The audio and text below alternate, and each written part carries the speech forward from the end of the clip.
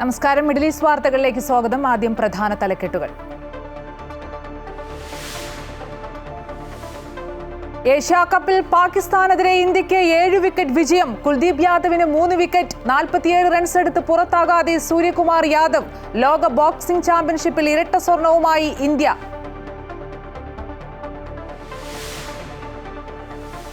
അടിയന്തര അറബ് ഇസ്ലാമിക ഉച്ചകോടി നാളെ ദോഹയിൽ. ഉച്ചകോടി ഖത്തറിൽ ഇസ്രയേൽ നടത്തിയ വ്യോമാക്രമണത്തിന്റെ പശ്ചാത്തലത്തിൽ.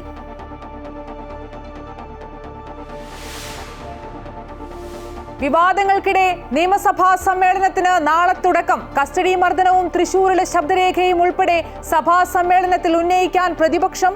രാഹുൽ മാങ്കൂട്ടത്തിൽ സഭയിലെത്തുമോ എന്ന് ഉറ്റുനോക്കി രാഷ്ട്രീയ കേരളം. എത്തിയാൽ പ്രത്യേക ബ്ലോക്ക് നൽകുമെന്ന് സ്പീക്കർ. മലയാളം സർവകലാശാല ഭൂമി ഏറ്റെടുക്കലിൽ കെ.ടി. ജലീലിന്റെ വാദം പൊളിയുന്നു. ഭൂമി ഏറ്റെടുത്തത് കെ.ടി. ജലീൽ മന്ത്രിയായിരുന്ന സമയത്തെന്ന് തെളിവുകൾ പുറത്തുവിട്ട് പി.കെ. ഫിറോസ്.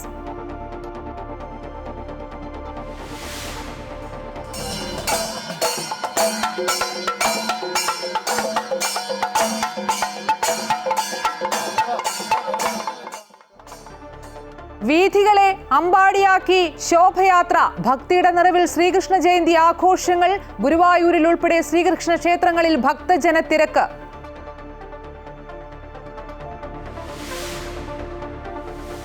കുടിയേറ്റ വിരുദ്ധ വികാരം ആളിക്കത്തിച്ച് ലണ്ടനിൽ വൻ പ്രതിഷേധ റാലി. പോലീസുമായി ഏറ്റുമുട്ടി. തീവ്ര വലതുപക്ഷ സംഘടനയുടെ റാലിയിൽ പങ്കെടുത്തത് 1 ലക്ഷത്തിലേറെ പേർ.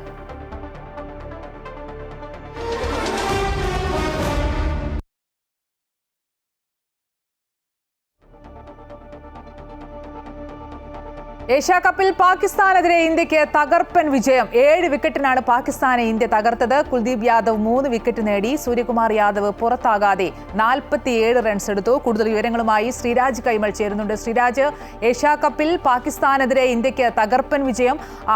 എല്ലായ്പ്പോഴും ഇന്ത്യ പാക് മത്സരം വലിയ ആവേശത്തോടെയാണ് നമ്മൾ ഉറ്റുനോക്കുന്നത്. ഇത്തവണ ഒരു ആവേശോജ്വലമായ മത്സരമായിരുന്നു. എന്തൊക്കെയാണ് വിവരങ്ങൾ? അമ്പിളി സൂചിപ്പിച്ചതുപോലെ തന്നെ ഇന്ത്യ പാക് പോരാട്ടം എല്ലാ സമയത്തും വളരെ ആവേശം ജനിപ്പിക്കുന്ന ഒരു മത്സരമാണ് ക്രിക്കറ്റ് ആരാധകരെ സംബന്ധിച്ചിടത്തോളം. ഇത്തവണ ആ ആവേശത്തിന് ഒരു 10 മടങ്ങ് ആവേശം ഉണ്ടായിരുന്നു എന്ന് പറയാം അമ്പിളി.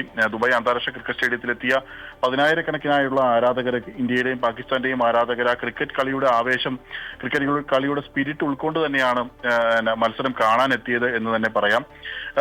നമുക്കറിയുന്നത് പോലെ തന്നെ മറ്റു ചില സാഹചര്യങ്ങൾ കൂടി ഇത്തവണത്തെ ഇന്ത്യ പാക് പോരാട്ടത്തിന് മുൻപായി ഉണ്ട്. പഹൽഗാം ഭീകരാക്രമണത്തിന് ശേഷം ഇന്ത്യയും പാകിസ്ഥാനും ക്രിക്കറ്റ് മത്സരവേദിയിൽ ആദ്യമായി ഏറ്റുമുട്ടുന്ന മത്സരം എന്ന പ്രത്യേകത കൂടി ഉണ്ടായിരുന്നു. അപ്പോൾ അത്തരത്തിലൊരു ഒരു വശം കൂടി ഈ മത്സരത്തിനുണ്ടായിരുന്നു. ആ ഒരു സാഹചര്യം കൂടി നമ്മൾ മനസ്സിലാക്കേണ്ടതുണ്ട്.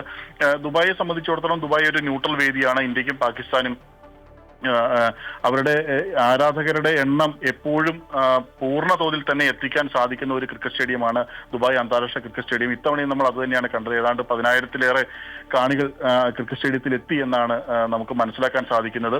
വലിയ ആവേശം ജനിപ്പിക്കുന്ന മത്സരം തന്നെയായിരുന്നു. ഇന്ത്യക്ക് അനായാസം ജയിക്കാൻ സാധിക്കുന്ന ഒരു ടാർഗറ്റ് തന്നെയായിരുന്നു പാകിസ്ഥാൻ ഉയർത്തിയത്. നമ്മൾ പ്രതീക്ഷിച്ചതുപോലെ തന്നെ വലിയ വിയർപ്പൊഴുക്കാതെ തന്നെ ഇന്ത്യക്ക് ജയിക്കാനായി. ഇന്ത്യയുടെ എല്ലാ ഡിപ്പാർട്ട്മെന്റും, അതുപോലെ ബൗളിംഗ് ആയിക്കോട്ടെ, ഫീൽഡിംഗ് ആയിക്കോട്ടെ, ബാറ്റിംഗ് ആയിക്കോട്ടെ, 3 പ്രധാനപ്പെട്ട ഡിപ്പാർട്ട്മെന്റുകളും വളരെ ഭംഗിയായി തന്നെ അവരുടെ റോളുകൾ നിർവഹിച്ചു എന്ന് തന്നെ പറയാം. 15.5 ഓവറിൽ 3 വിക്കറ്റ് മാത്രമാണ് ഇന്ത്യക്ക് നഷ്ടമായത്. ഇന്ത്യക്ക് അനായാസം ജയിക്കാനായി. ചില കൗതുകങ്ങൾ കൂടി ഈ മത്സരത്തിൽ നിന്നും നമുക്ക് കാണാനായി സാധിക്കും. അതുകൂടി ഒന്ന് പങ്കുവെച്ചോട്ടെ. നമുക്ക് അറിയാം, ഈ ക്രിക്കറ്റ് മത്സരം തുടങ്ങുന്നതിന് മുമ്പുള്ള ടോസിംഗിന്റെ സമയത്ത് ഇരു ടീമുകളുടെയും ക്യാപ്റ്റന്മാർ പരസ്പരം ഹസ്തദാനം ചെയ്യുന്ന ഒരു രീതിയൊക്കെ ഉണ്ട്. പക്ഷേ ഇത്തവണ നമുക്ക് കാണാൻ സാധിച്ചില്ല. അതുപോലെ തന്നെ മത്സരത്തിന് ശേഷം, ഇന്ത്യ ജയിച്ചതിന് ശേഷം ഇരു താരങ്ങളും, ക്യാപ്റ്റനും സഹ ബാറ്ററും പരസ്പരം ആശ്ലേഷിക്കുകയും ഡ്രസ്സിംഗ് റൂമിലേക്ക് മടങ്ങുകയും ചെയ്യുന്ന കാഴ്ചയാണ് നമുക്ക് കാണാൻ സാധിച്ചത്. പാകിസ്ഥാൻ കളിക്കാരെ ഹസ്തദാനം ചെയ്യുന്ന ഒരു കാഴ്ച നമുക്ക് കാണാനായി സാധിച്ചില്ല.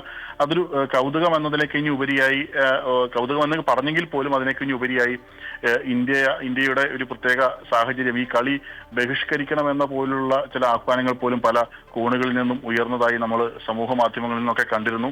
എന്തായാലും ആ ഒരു കളിയുടെ ആവേശവും അതുപോലെ തന്നെ ഇന്ത്യയുടെ ഒരു മാനസികാവസ്ഥയും, ഇന്ത്യ എത്രത്തോളം പ്രതിഷേധം പഹൽഗാം ഭീകരാക്രമണത്തിന് ശേഷം ഉയർത്തി എന്നുള്ള കാര്യം നമുക്കറിയാം. എന്തായാലും ആ ഒരു കളിയുടെ സ്പിരിറ്റ് ഉൾക്കൊള്ളുമ്പോൾ തന്നെ ഇന്ത്യയുടെ ഒരു നിലപാട് വളരെ വ്യക്തമായി പ്രതിഫലിപ്പിക്കുന്ന ഒരു മത്സരം കൂടി ആയിരുന്നു നമുക്കിന്ന് കാണാനായി സാധിച്ചത്. എന്തായാലും ക്രിക്കറ്റ് ആരാധകരെ സംബന്ധിച്ചിടത്തോളം വലിയ ആവേശം ജനിപ്പിക്കുന്ന ഇന്ത്യയുടെ ബദ്ധവൈരികളായ പാകിസ്ഥാന് മേൽ ഇന്ത്യ നേടുന്ന ഒരു സമ്പൂർണ്ണ വിജയം ആസ്വദിക്കാനായി എന്നുള്ളത് തന്നെയാണ് അമ്പിളി ഈ ഒരു മത്സരത്തിന്റെ ബാക്കിയായി നമുക്ക് കാണാൻ സാധിക്കുന്നത്. ഇത് എന്തായാലും വലിയ ആവേശം ഇന്ത്യക്ക് നൽകും. മുൻപോട്ടുള്ള മത്സരങ്ങളിൽ വലിയ മുൻതൂക്കം ഇന്ത്യക്ക് നൽകുന്നതായിരിക്കും ഈ മത്സരം. അമ്പിളി, തീർച്ചയായും ഏഷ്യാ കപ്പിൽ പാകിസ്ഥാനെതിരെ ഇന്ത്യക്ക് തകർപ്പൻ വിജയം. 7 വിക്കറ്റിനാണ് പാകിസ്ഥാനെ ഇന്ത്യ തകർത്തത്. കുൽദീപ് യാദവ് 3 വിക്കറ്റ് നേടി. സൂര്യകുമാർ യാദവ് പുറത്താകാതെ 47 റൺസ് എടുത്തു. 16ാം ഓവറിൽ ഇന്ത്യ അനായാസേന വിജയം കൈവരിക്കുകയായിരുന്നു. എന്തായാലും ഇന്ത്യൻ ആരാധകരെ സംബന്ധിച്ചിടത്തോളം വലിയ ആവേശോജ്വലമായ ഒരു മത്സരമാണ് ദുബായ് ഇന്റർനാഷണൽ സ്റ്റേഡിയത്തിൽ നടന്നത്. മത്സരത്തിന്റെ വിശദാംശങ്ങൾ നൽകുകയായിരുന്നു ശ്രീരാജ് കൈമൾ. ലോക ബോക്സിംഗ് ചാമ്പ്യൻഷിപ്പിൽ ഇന്ത്യയുടെ ജെയ്സിമിൻ ലംബോറിയയ്ക്ക് മീനാക്ഷി ഹൂഡയ്ക്കും സ്വർണ്ണ മെഡൽ. 57 കിലോ വിഭാഗം ഫൈനലിൽ ഒളിമ്പിക് വെള്ളി മെഡൽ ജേതാവ് സെർമേറ്റ ജൂലിയെ വീഴ്ത്തിയാണ് ലംബോറിയ വിജയം സ്വന്തമാക്കിയത്. 48 കിലോ വിഭാഗത്തിൽ മീനാക്ഷി ഹൂഡ ഒളിമ്പിക് വെങ്കല മെഡൽ ജേതാവ് നസീം കിസ്വായ്ബെയാണ് പരാജയപ്പെടുത്തിയത്. 80+ കിലോ വിഭാഗത്തിൽ നൂപ് ഷിയോറോം വെള്ളി മെഡൽ നേടി. മലയാളിയായ ഡി ചന്ദ്രലാലാണ് ഇന്ത്യൻ വനിതാ ടീമിന്റെ പരിശീലകൻ. ചാമ്പ്യൻഷിപ്പിൽ 4 മെഡലുകൾ ഉറപ്പിക്കാൻ ഇന്ത്യൻ വനിതാ ടീമിന് കഴിഞ്ഞിട്ടുണ്ട്. മറ്റു വാർത്തകളിലേക്ക് വരികയാണെങ്കിൽ, നിയമസഭാ സമ്മേളനം നാളെ തുടങ്ങാനിരിക്കെ വിവാദ വിഷയങ്ങൾ ഉയർത്തി സർക്കാരിനെതിരെ പ്രതിരോധം ശക്തമാക്കാൻ പ്രതിപക്ഷം. കസ്റ്റഡി മർദ്ദനം മുതൽ തൃശൂരിലെ ശബ്ദരേഖയിൽ വരെ ചൂടേറിയ പ്രതിവാദങ്ങൾക്ക് സഭാതലം സാക്ഷ്യം വഹിക്കും. അതേസമയം രാഹുൽ മാങ്കൂട്ടത്തിൽ സഭയിൽ വരുമോ എന്നതാണ് ഏവരും ഉറ്റുനോക്കുന്നത്. നിരവധി വിഷയങ്ങളിൽപ്പെട്ട് സർക്കാർ പ്രതിരോധത്തിലായിരിക്കുന്ന വേളയിലാണ് സഭാ സമ്മേളനത്തിന് തുടക്കമാകുന്നത്. തുടർച്ചയായി ഉയരുന്ന കസ്റ്റഡി മർദ്ദന കഥകൾ ഉൾപ്പെടെ പോലീസ് അതിക്രമങ്ങൾ ഉയർത്തിയാകും പ്രതിപക്ഷം ആദ്യ ദിനം മുതൽ സഭ പ്രക്ഷുബ്ധമാക്കുക. പോലീസിനെതിരെ ഉയരുന്ന ആരോപണങ്ങളിലും കേസുകളിലും എല്ലാവരും കാത്തിരിക്കുന്ന മുഖ്യമന്ത്രിയുടെ മറുപടിയും സഭയിലുണ്ടാകും. അയ്യപ്പ സംഗമവും സഭാതലത്തിൽ മറ്റൊരു ചൂടേറിയ ചർച്ചാ വിഷയമായി മാറും. CPM-നെ പ്രതിരോധത്തിലാക്കിയ തൃശൂരിലെ ശബ്ദരേഖയും പ്രതിപക്ഷത്തിന്റെ കയ്യിലെ മറ്റൊരു ആയുധമാണ്. എല്ലാറ്റിനുമുപരി രാഹുൽ മാങ്കൂട്ടത്തിൽ സഭയിൽ വരുമോ എന്നതാണ് ഏവരും ആകാംക്ഷയോടെ കാത്തിരിക്കുന്നത്. സഭയിൽ വരരുതെന്ന് പ്രതിപക്ഷം ഔദ്യോഗികമായി നിർദ്ദേശിച്ചിട്ടില്ല. രാഹുലിന് സഭയിൽ വരുന്നതിൽ നിയമതടസ്സമില്ല എന്ന് സ്പീക്കറും വ്യക്തമാക്കി കഴിഞ്ഞു. എന്നാൽ പ്രതിപക്ഷ നിരയിൽ ഇരിപ്പിടം നൽകരുതെന്നാവശ്യപ്പെട്ട് UDF കത്ത് നൽകിയിട്ടുണ്ട്. അതിനാൽ രാഹുൽ സഭയിലെത്തിയാലും പ്രത്യേക ബ്ലോക്കിലാകും ഇരിക്കുക. പ്രതിപക്ഷത്തിന്റെ കത്ത് കിട്ടിയിട്ടുണ്ട്. അദ്ദേഹത്തെ പാർലമെന്ററി പാർട്ടിയിൽ നിന്ന് സസ്പെൻഡ് ചെയ്തു പറഞ്ഞുകൊണ്ടാണ്. അപ്പോൾ അദ്ദേഹത്തെ പ്രതിപക്ഷ ബ്ലോക്കിൽ നിന്ന് മാറ്റിയിരുത്തിക്കണമെന്നാണ്. അത് ഞങ്ങൾ തീരുമാനമെടുക്കും. ജനവാസ മേഖലയിൽ ഇറങ്ങുന്ന വന്യമൃഗങ്ങളെ വെടിവെച്ച് കൊല്ലാനുള്ള നിയമ ഭേദഗതി അടക്കമുള്ള ബില്ലുകളും ഈ സമ്മേളനത്തിൽ സഭയിൽ വരും. ഒക്ടോബർ 10 വരെയാണ് സഭാ സമ്മേളനം. മുൻ മുഖ്യമന്ത്രി VS അച്യുതാനന്ദൻ, മുൻ സ്പീക്കർ PP തങ്കച്ചൻ, MLA ആയിരുന്ന വാഴൂർ സോമൻ എന്നിവർക്ക് ചരമോപചാരം അർപ്പിച്ച് ആദ്യ ദിനം സഭ പിരിയും. അമൃത ന്യൂസ്, തിരുവനന്തപുരം. തിരൂർ മലയാളം സർവകലാശാല ഭൂമി ഏറ്റെടുക്കലിൽ KT ജലീൽ MLA-യുടെ വാദം പൊളിയുന്നു. KT ജലീൽ മന്ത്രിയായിരുന്ന വേളയിലാണ് ഭൂമി ഏറ്റെടുത്തതെന്ന തെളിവുകൾ PK ഫിറോസ് പുറത്തുവിട്ടതോടെ MLA കൂടുതൽ പ്രതിരോധത്തിലായി. 2019 KT ജലീൽ ഉന്നത വിദ്യാഭ്യാസ വകുപ്പ് മന്ത്രിയായിരുന്ന വേളയിലാണ് മലയാളം സർവകലാശാലയ്ക്ക് 11 ഏക്കർ ഭൂമി ഏറ്റെടുത്തത്. 2016 ഭൂമി ഏറ്റെടുക്കുന്നതിനായി 3 പ്രപ്പോസലുകൾ UDF സർക്കാരിന് നൽകിയിരുന്നു. ഭൂമി ഏറ്റെടുക്കലിൽ ക്രമക്കേട് നടന്നെന്ന C മമ്മൂട്ടിയുടെ പരാതിക്ക് മുഖ്യമന്ത്രി മറുപടി നൽകിയ രേഖകൾ PK ഫിറോസ് പുറത്തുവിട്ടു.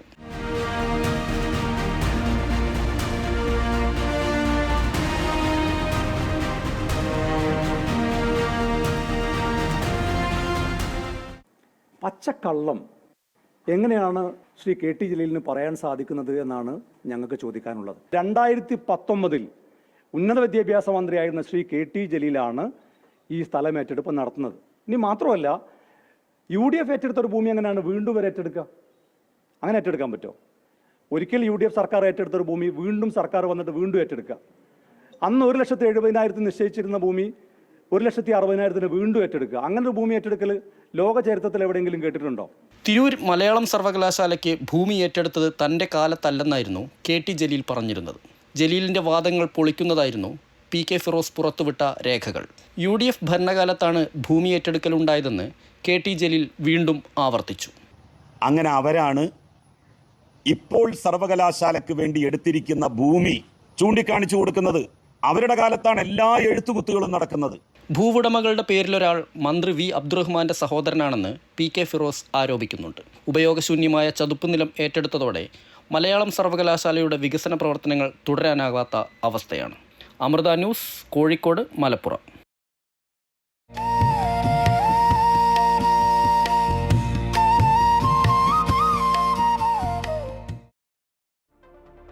വീഥികളെ വർണ്ണാഭമാക്കി സംസ്ഥാനത്തൊട്ടാകെ ശ്രീകൃഷ്ണ ജയന്തി ആഘോഷം. ബാലഗോകുലത്തിന്റെ നേതൃത്വത്തിൽ സംസ്ഥാനത്ത് വിവിധ കേന്ദ്രങ്ങളിൽ ശോഭയാത്രകൾ സംഘടിപ്പിച്ചു.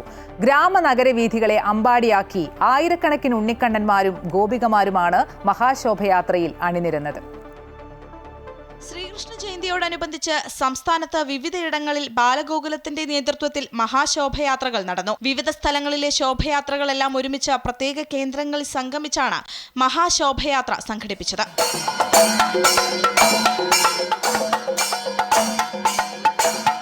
തിരുവനന്തപുരം പാളയം മഹാഗണപതി ക്ഷേത്രത്തിൽ നിന്നും ആരംഭിച്ച മഹാശോഭയാത്ര ഗൗരി ലക്ഷ്മിബായി ഉദ്ഘാടനം ചെയ്തു. കിഴക്കേക്കോട്ട പഴവങ്ങാടി മഹാഗണപതി ക്ഷേത്രത്തിലാണ് മഹാശോഭയാത്ര സമാപിച്ചത്. വാദ്യഘോഷങ്ങളുടെയും നിശ്ചല ദൃശ്യങ്ങളുടെയും അകമ്പടിയോടെ നിരവധി ഉണ്ണിക്കണ്ണന്മാരും ഗോപികമാരും മഹാശോഭയാത്രയിൽ അണിനിരന്നു. തൃശൂർ സ്വരാജ് റൗണ്ടിൽ നടന്ന മഹാശോഭയാത്രയിൽ ആയിരക്കണക്കിന് ഉണ്ണിക്കണ്ണന്മാരാണ് ബാലലീലകളുമായി അണിനിരുന്നത്. പാറമേക്കാവിൽ നിന്നും ആരംഭിച്ച ശോഭയാത്ര നായ്ക്കനാലിൽ സമാപിച്ചു. ബാലഗോകുലത്തിന്റെ നേതൃത്വത്തിൽ ജില്ലയിൽ 1050 ശോഭയാത്രകളാണ് നടന്നത്. എറണാകുളം ജില്ലയിൽ 400 കേന്ദ്രങ്ങളിലാണ് ശോഭയാത്രകൾ സംഘടിപ്പിച്ചത്.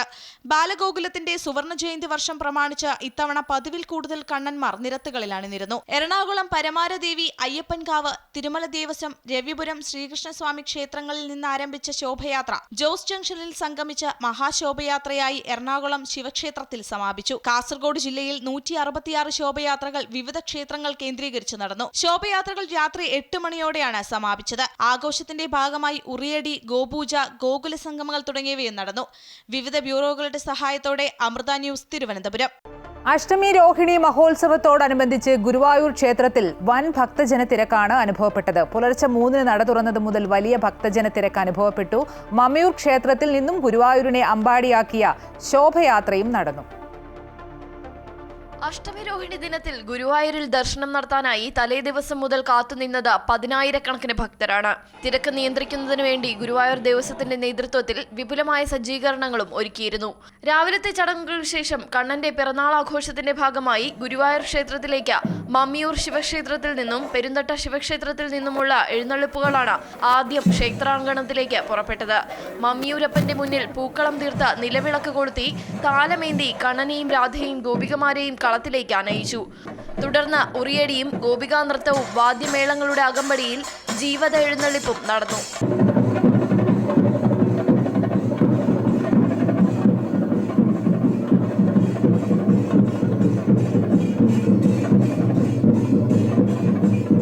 അരമണിക്കൂറോളം നീണ്ട ജീവത എഴുന്നള്ളിപ്പിന് ശേഷം രണ്ടാമതായി കണ്ണന്റെയും രാധയുടെയും പ്രേമഭാവത്തെ അനുസ്മരിപ്പിച്ച് ഗോപികാ നൃത്തം ക്ഷേത്രാങ്കണത്തിൽ അരങ്ങേറി. വാദ്യമേള ആഘോഷങ്ങളുടെ അകമ്പടിയോടെ ഉറിയടിയും ഘോഷയാത്രയിലുടനീളം അരങ്ങേറി.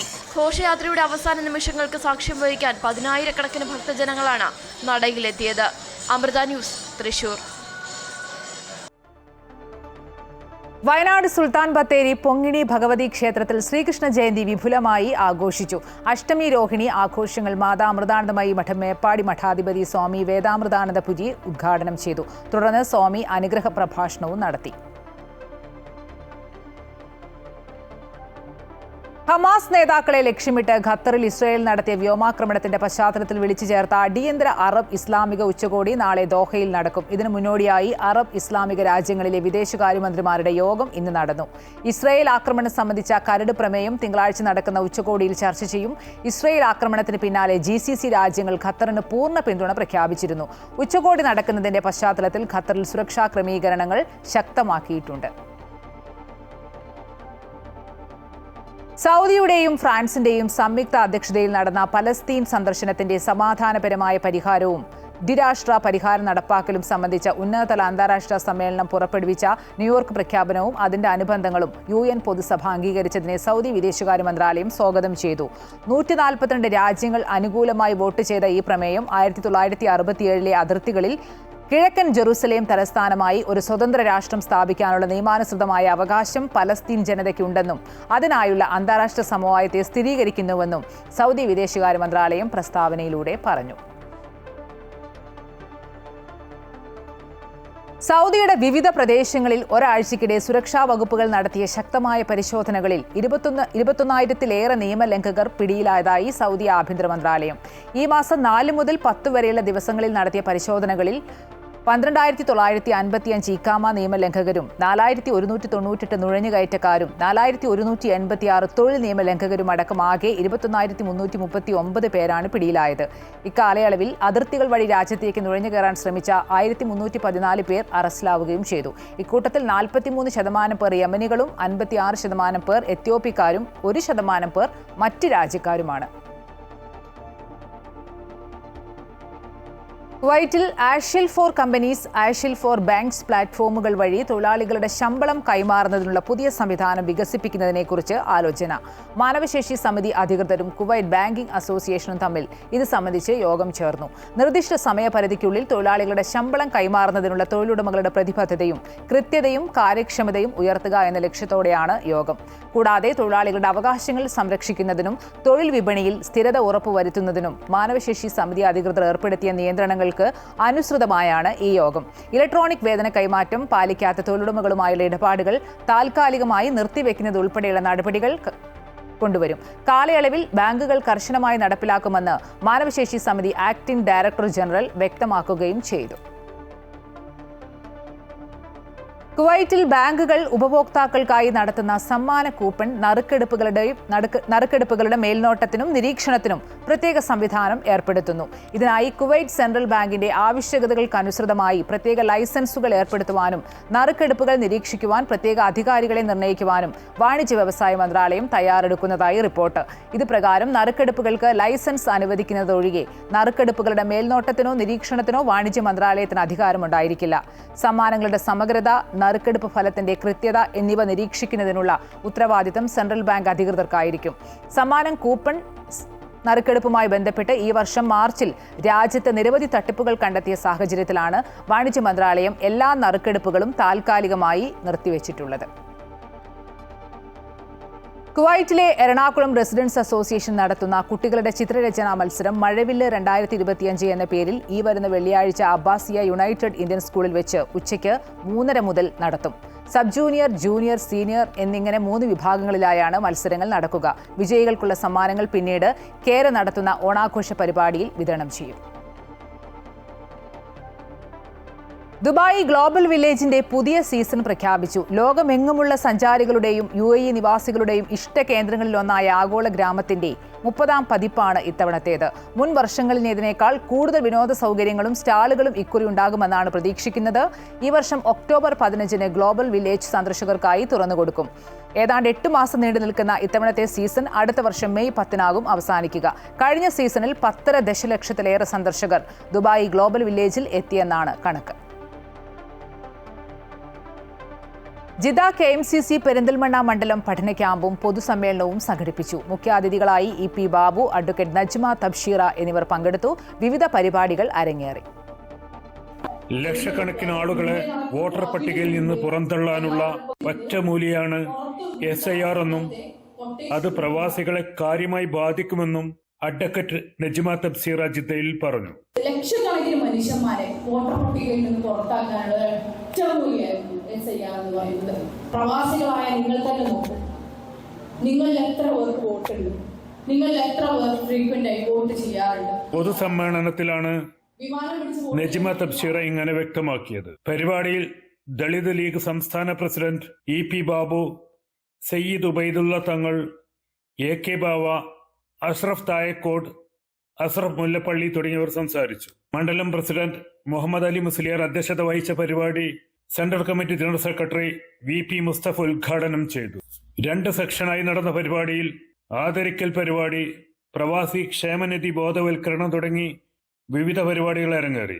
മുസ്തഫ കോയിശ്ശേരി, മൊയ്ദ് തൂത, നാസർ പാക്കത്ത്, ഹമീദ് അമിനിക്കാട് തുടങ്ങിയവർ നേതൃത്വം നൽകി. സുൽഫീഖ് റദായ്, Amrita news, Jeddah.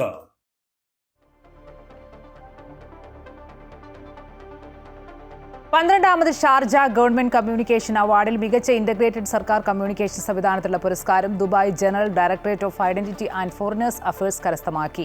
Sharjah deputy ഭരണാധികാരിയും ഷാർജ മീഡിയ കൗൺസിൽ ചെയർമാനുമായ Sheikh Sultan bin Ahmed Al ഖാസ്മിയിൽ നിന്ന് GDRFA Dubai director general lieutenant general Mohammed Ahmed Al Marri award ഏറ്റുവാങ്ങി.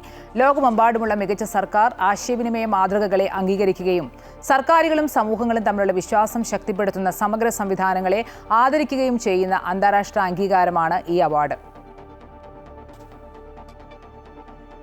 സൗദി ബുറൈദയിൽ ഗസീം പ്രവാസി സംഘം കുടുംബവേദിയുടെ ആഭിമുഖ്യത്തിൽ ഓണനിലാവ് 2025 സംഘടിപ്പിച്ചു. പരിപാടി ജോമോൻ സ്റ്റീഫൻ ഉദ്ഘാടനം ചെയ്തു. ഷമീറ ഷബീർ അധ്യക്ഷയായി. ഷാജി വയനാട്, സോഫിയ സൈനുദ്ദീൻ തുടങ്ങിയവർ സംസാരിച്ചു. വിവിധ സംഘടനാ പ്രതിനിധികൾ ആശംസകൾ നേർന്നു. ചടങ്ങിൽ സൗദിയിലെ പ്രശസ്ത ഗായകൻ വിജേഷ് വിജയന്റെ നേതൃത്വത്തിൽ സംഗീത സായാഹ്നവും പ്രവർത്തകർ അവതരിപ്പിച്ച നിരവധി സാംസ്കാരിക പരിപാടികളും അരങ്ങേറി. ഫൗസിയ ഷാ, ജിതേഷ് പട്ടുവം എന്നിവർ നേതൃത്വം നൽകി. കുടിയേറ്റക്കാർക്കെതിരെ ലണ്ടൻ നഗരത്തിൽ പ്രതിഷേധ റാലി. രാജ്യത്തെ തീവ്ര വലതുപക്ഷവാദിയായ ടോമി റോബിൻസണിന്റെ നേതൃത്വത്തിലാണ് കുടിയേറ്റക്കാർക്കെതിരെ യുണൈറ്റ് ദി കിങ്ഡം എന്ന പേരിൽ റാലി സംഘടിപ്പിച്ചത്. ഏകദേശം 100,000-ലധികം ആളുകൾ റാലിയിൽ പങ്കെടുത്തു. ചെറു സംഘങ്ങളായി എത്തിയ ആളുകളാണ് ലണ്ടൻ നഗരത്തിൽ ഒത്തുകൂടി പ്രതിഷേധിച്ചത്. ആയിരക്കണക്കിന് ആളുകൾ പങ്കെടുത്ത പ്രതിഷേധം ലണ്ടൻ നഗരത്തിൽ പലയിടത്തും സംഘർഷങ്ങൾക്ക് കാരണമായി. തടയാൻ ശ്രമിച്ച പോലീസുകാർക്ക് മർദ്ദനമേറ്റു. പോലീസ് നിരവധി പേരെ അറസ്റ്റ് ചെയ്തു. ബ്രിട്ടനിൽ കുടിയേറ്റക്കാർക്കെതിരെയുള്ള പ്രതിഷേധം ഇന്ത്യക്കാർക്കുൾപ്പെടെയുള്ളവർക്ക് ആശങ്കയുണ്ടാക്കുന്നതാണ്. കുട്ടികൾക്കായി സൗജന്യ കാർഡിയോളജി മെഗാ മെഡിക്കൽ ക്യാമ്പ് സംഘടിപ്പിച്ച് കൊച്ചി അമൃത ആശുപത്രി. മാതൃസ്പർശം എന്ന പേരിൽ സംഘടിപ്പിച്ച മെഗാ മെഡിക്കൽ ക്യാമ്പിൽ 400-ലധികം കുട്ടികളാണ് പരിശോധനയ്ക്കായി എത്തിയത്. സാമ്പത്തികമായി പിന്നോക്കം നിൽക്കുന്ന കുട്ടികൾക്ക് സൗജന്യ ഹൃദയ ശസ്ത്രക്രിയയും നൽകും.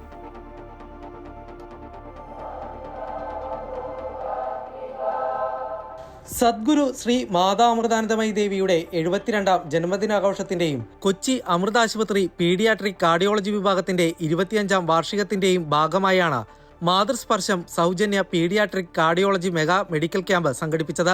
ക്യാമ്പിന്റെ ഉദ്ഘാടനം കേരള ഹൈക്കോടതി ജഡ്ജി ജസ്റ്റിസ് ദേവൻ രാമചന്ദ്രൻ നിർവഹിച്ചു.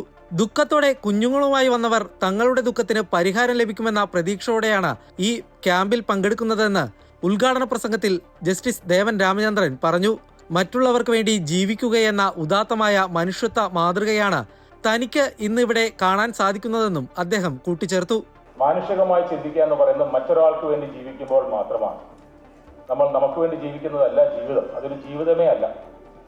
നമ്മൾ ആ കമ്മ്യൂണിറ്റി ബേസ്ഡ് ജീവിതം എന്ന് പറയുന്നത് നമ്മൾ മറ്റൊരാൾക്ക് വേണ്ടി, നമ്മൾ എല്ലാവർക്കും വേണ്ടി ജീവിക്കുമ്പോഴാണ്. ഇന്ന് ഞാനിവിടെ കാണുന്നത് അതിൻ്റെ ഒരു വളരെ ഏറ്റവും ഉദാത്തമായ ഒരു ഉദാഹരണം തന്നെയാണ്. പക്ഷെ ഇത് നമ്മൾ സംസാരിക്കുന്ന സമയത്ത് ഞാനിവിടെ ഇരിക്കുന്ന ഓരോ ഫാദർ അല്ലെങ്കിൽ അച്ഛനും അമ്മയ്ക്കും വേണ്ടി സംസാരിക്കുകയാണ്. നമ്മൾ ഡോക്ടറിൽ നിന്ന് നമ്മൾ പ്രതീക്ഷിക്കുന്നത് അല്ലെങ്കിൽ നേഴ്സിൽ നിന്ന് നമ്മൾ പ്രതീക്ഷിക്കുന്നത് അവരുടെ ഒരു സ്പർശനം തന്നെയാണ്. അവരുടെ ആ ഹീലിംഗ് ടച്ച് എന്ന് നമ്മൾ ഇംഗ്ലീഷിൽ പറയുന്ന ഒരു ചിരിയായിരിക്കാം, ഒരു സ്പർശനമായിരിക്കാം, ഒരു നല്ല വാക്കായിരിക്കാം. അതായിരിക്കും നമ്മുടെ ജീവിതം മാറ്റിമറിക്കുന്നത്. മാതാ അമൃതാനന്ദമയി മഠം ജനറൽ സെക്രട്ടറി സ്വാമി പൂർണ്ണാമൃതാനന്ദപുരി ചടങ്ങിൽ അനുഗ്രഹ പ്രഭാഷണം നടത്തി. കാരണം കൂടാതെ കരയാൻ പറ്റുക അത് കുട്ടികൾക്ക് മാത്രമേ പറ്റുള്ളൂ. കാരണം കരയാൻ പറ്റുന്നത് അഹങ്കാരം അപ്രത്യക്ഷമാകുന്ന നിമിഷങ്ങളിലാണ്. അമ്മയുടെ അടുത്ത് ചെല്ലുമ്പോൾ ആൾക്കാർ അറിയാതെ കരഞ്ഞു പോകാറുണ്ട്. എന്തിനാ കരയുന്നതെന്ന് ചോദിച്ചാൽ അറിയില്ല. അമൃത ആശുപത്രിയും ഒഡീഷ ആരോഗ്യ സർവകലാശാലയും തമ്മിലുള്ള ധാരണാപത്രവും ചടങ്ങിൽ വെച്ച് കൈമാറി. കൊച്ചി അമൃത ആശുപത്രിയുമായുള്ള ധാരണാപത്രം വഴി പീഡിയാട്രിക് കാർഡിയോളജി വിഭാഗത്തിൽ ഗവേഷണം, പരിശീലനം, ചികിത്സാ വിപുലീകരണം എന്നിവയ്ക്കുള്ള വഴി തുറക്കുമെന്ന് ഒഡീഷ ആരോഗ്യ സർവകലാശാല വൈസ് ചാൻസലർ മനാഷ് രഞ്ജൻ സാഹു അഭിപ്രായപ്പെട്ടു.